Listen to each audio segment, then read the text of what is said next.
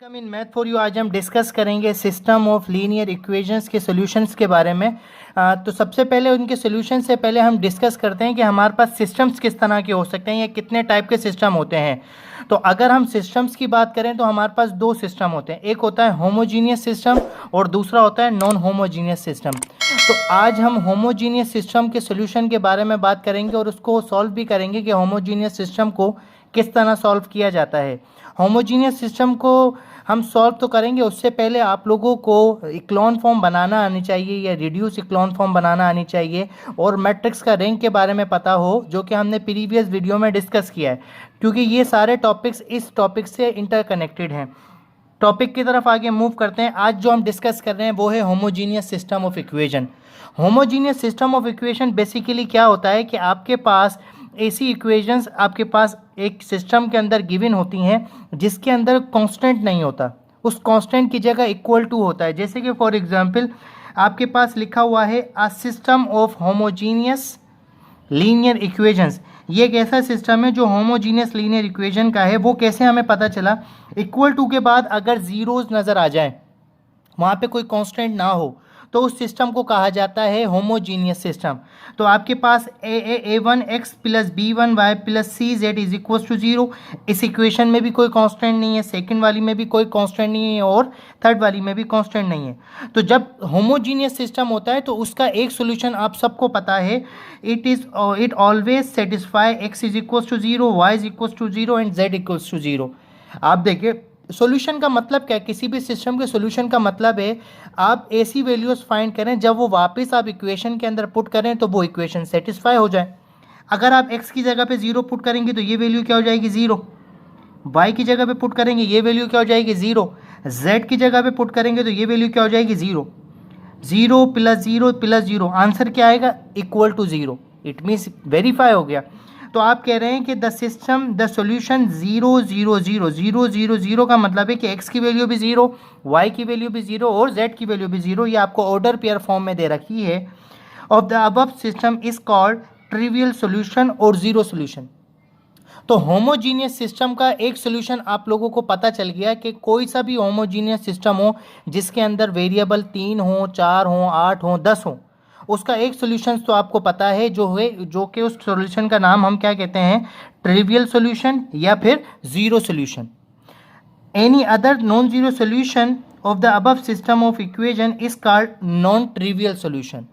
और अगर इस सिस्टम को कोई दूसरा सॉल्यूशन फाइंड करते हैं हम तो उस सॉल्यूशन का नाम होता है नॉन जीरो सॉल्यूशन या फिर नॉन ट्रिवियल सॉल्यूशन। दो नाम है इसके।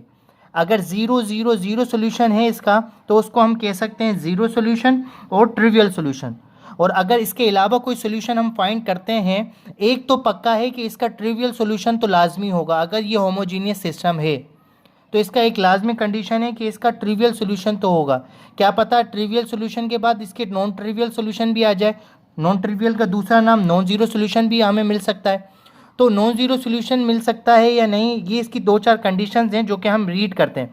तो नॉन जीरो जब भी सॉल्यूशन हम फाइंड करेंगे तो with the help of free variable, हम एक सिस्टम के अंदर फ्री वेरिएबल कंसीडर करेंगे अपनी तरफ से, तो we can get non zero solution.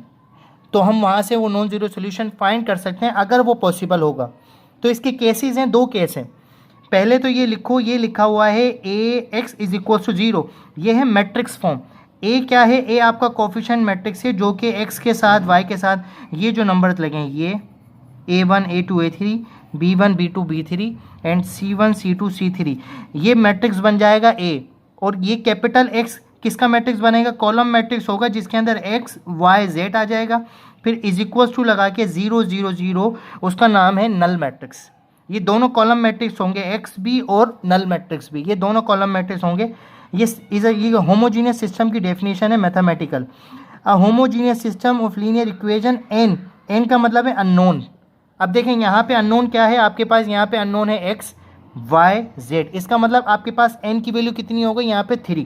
तो यहाँ आपके पास एन इज इक्वल टू कितना हो गया? 3, बिकॉज यहाँ पे एक्स वाई जेड तीनों अननोन है। पहला केस आपका it has only trivial solution, इसके पास सिर्फ एक ही सोल्यूशन होगा अगर रैंक ऑफ अ मैट्रिक्स बराबर आ जाए एन के। एन अभी हमने पढ़ा है एन कितना है 3। और अगर आप ए क्या है, ए कौन सा मैट्रिक्स है, ए कोफिशिएंट मैट्रिक्स है। आप उस कोफिशिएंट मैट्रिक्स का पहले रैंक फाइंड करेंगे। अगर कोफिशिएंट मैट्रिक्स का रैंक और वेरिएबल की तादाद बराबर हो जाए तो उस मैट्रिक्स उस सिस्टम का जो सोल्यूशन होगा वो सिर्फ कौन सा सोल्यूशन होगा, ट्रिवियल सोल्यूशन। इट मीन्स वो जीरो सोल्यूशन होगा। दूसरी बात, it has trivial solution as well as infinite many non trivial solution if rank of a matrix, matrix कौन सा, ए कौन सा मैट्रिक्स है, कोफिशिएंट मैट्रिक्स है जो हम बनाएंगे, वो छोटा आ जाए नंबर ऑफ वेरिएबल से। अब देखें यहाँ पे एन की वैल्यू कितनी है 3। अगर इस मैट्रिक्स का रैंक आ जाए, इस सिस्टम का रैंक आ जाए, कोफिशिएंट मैट्रिक्स का रैंक आ जाए 2, तो इसके पास फिर बहुत सारे सोल्यूशन हो सकते हैं। एक सोल्यूशन तो इसका लाजमी है कि भाई जीरो सोल्यूशन तो होगा, जीरो सोल्यूशन का नाम है ट्रिवियल सोल्यूशन तो होगा। और इसके फिर इनफाइनाइट मेनी सोल्यूशन हो सकते हैं। और वो इनफाइनाइट मेनी सोल्यूशन आप किस तरह फाइंड करेंगे, फ्री वेरिएबल सपोज करके।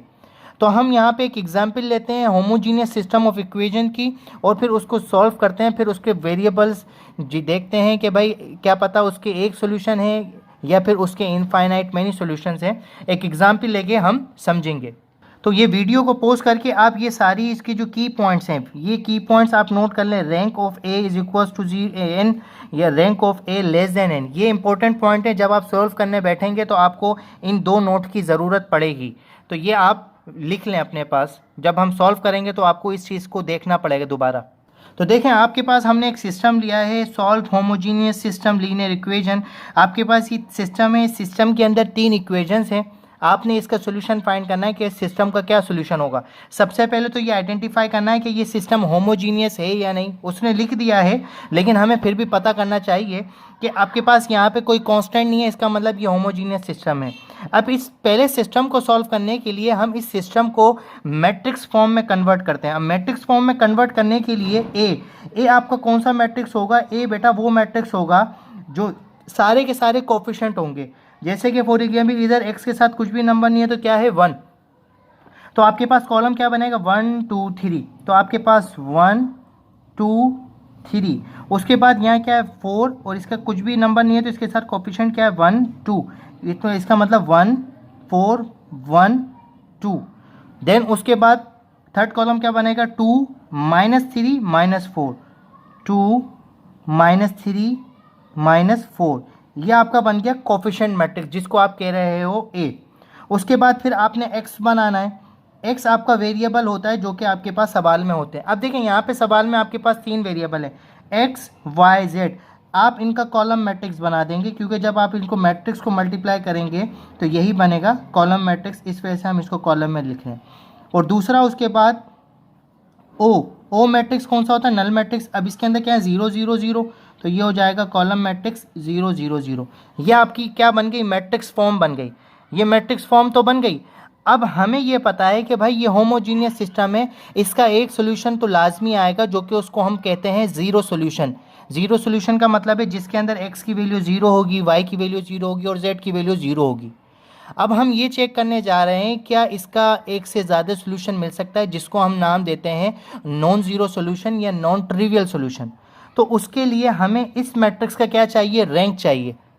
अब आप सबसे पहले रैंक पे जाने से पहले आप इस चीज़ के अंदर ये चीज़ चेक कर लें, इधर नंबर ऑफ वेरिएबल की तादाद कितनी है, एन की तादाद कितनी है। एन का मतलब है नंबर ऑफ वेरिएबल या नंबर ऑफ अननोन्स जिसकी आप वैल्यू तलाश कर रहे हैं। तो यहाँ पे एक्स वाई जेड, इसका मतलब एन की वैल्यू आपको पता है, एन की वैल्यू आपके पास कितनी है 3।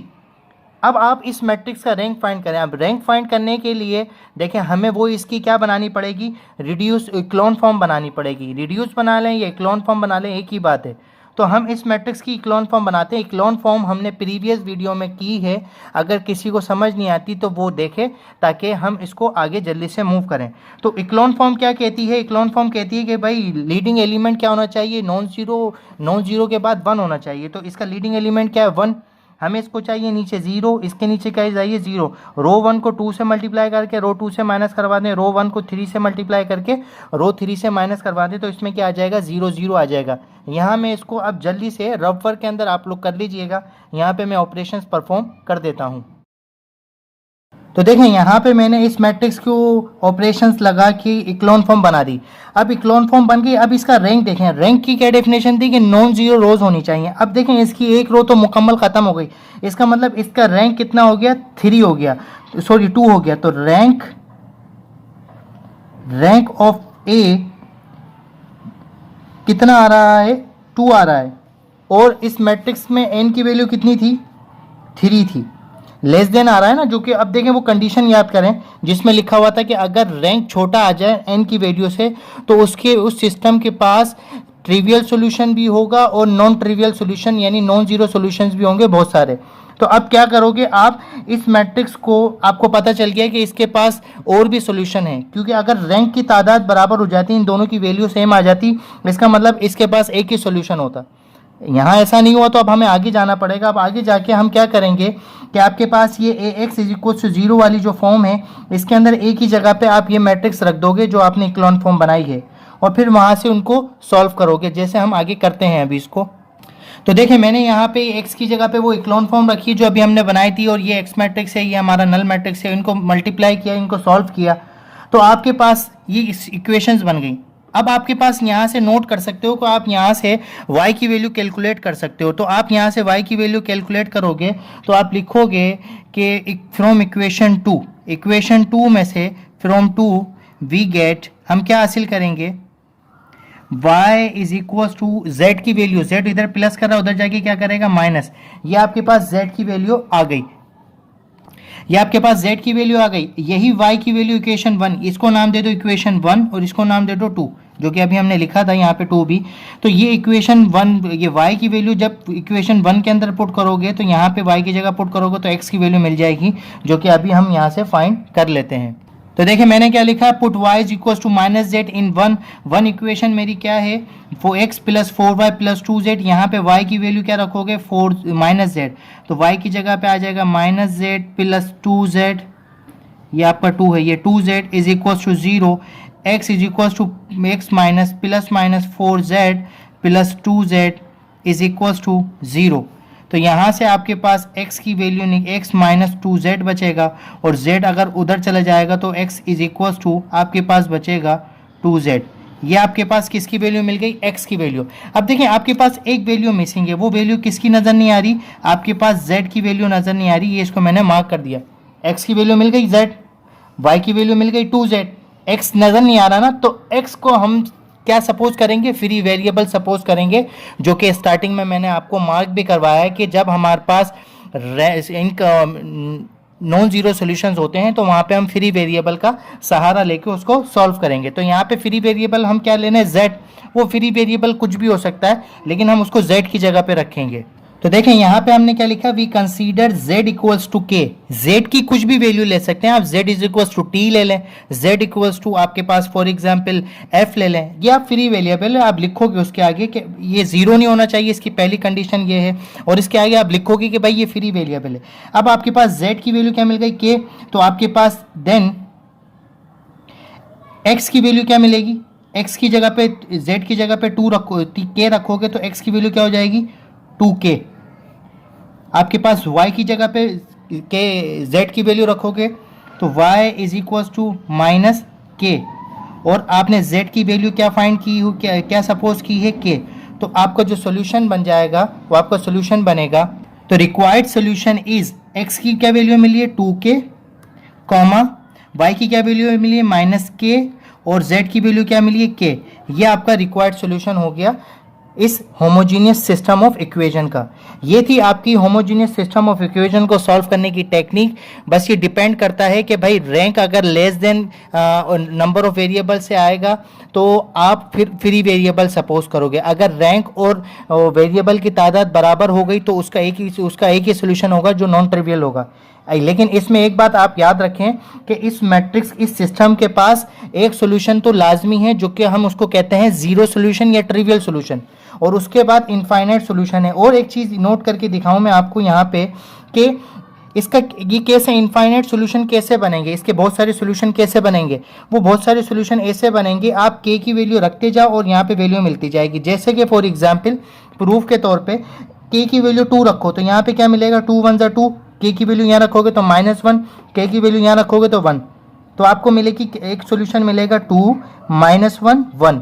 अगर के की वैल्यू 2 रखोगे तो 2 2 सा क्या हो जाएगा 4, यहाँ रखोगे -2, यहाँ रखोगे 2, तो दूसरा सोल्यूशन क्या मिलेगा 4 -2 2।